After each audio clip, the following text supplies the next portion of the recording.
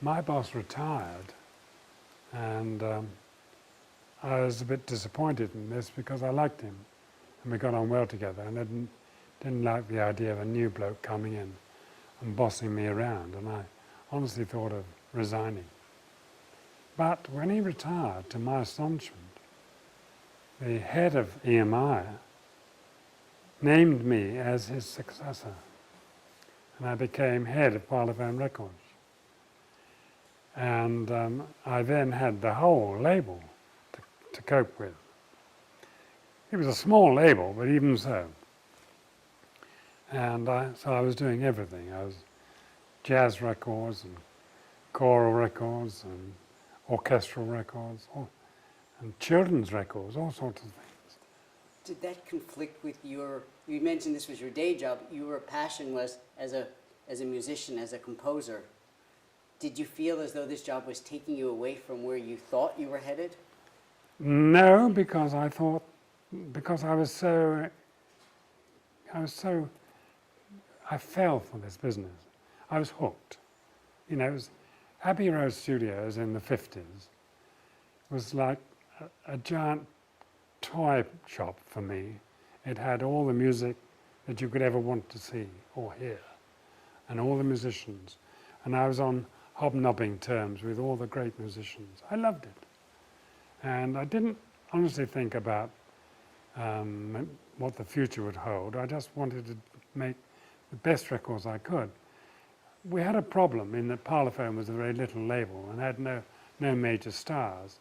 So I had to find a way through everything else to get something selling. And I decided to go in and make comedy records. And I got to know Peter Sellers very well. And I started making records with him, which were very, very successful. And also Spike Milligan, the other goon.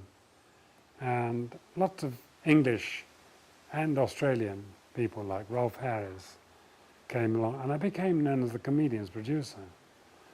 That was long before the Beatles. I had my first #1 with a jazz band called the Temperance Seven. What year was that? That must have been around about 1959. And I was looking for a group. Norrie Paramore, one of my rivals on Columbia, had a young man called Cliff Richard.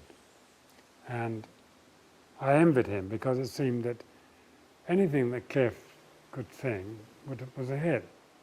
You know, give him God Save the Queen, he'd make it a hit. And I wanted to have a group that could do that.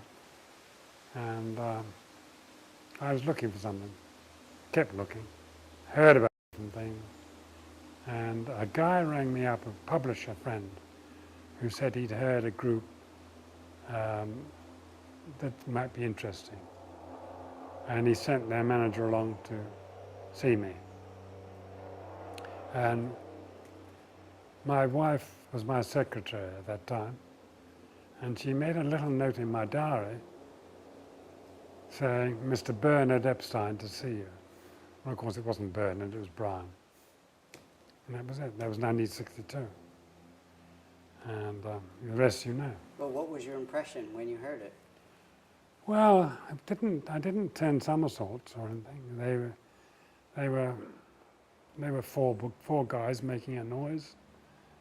And I wasn't impressed with their music. The songs they wrote were pretty awful. But the sound was different. But the thing that really made me decide to give them a lousy contract, because it was a lousy contract for them, it was fine for me, was the fact that they had this great charisma. I fell for them. I fell in love with them. I could see them, and they charmed the pants off me. You know, the first day when I asked them into the control room to listen to what we'd done, I said, if there's anything you don't like, let me know. And George Harrison said to me, well, I don't like your tie for a start. And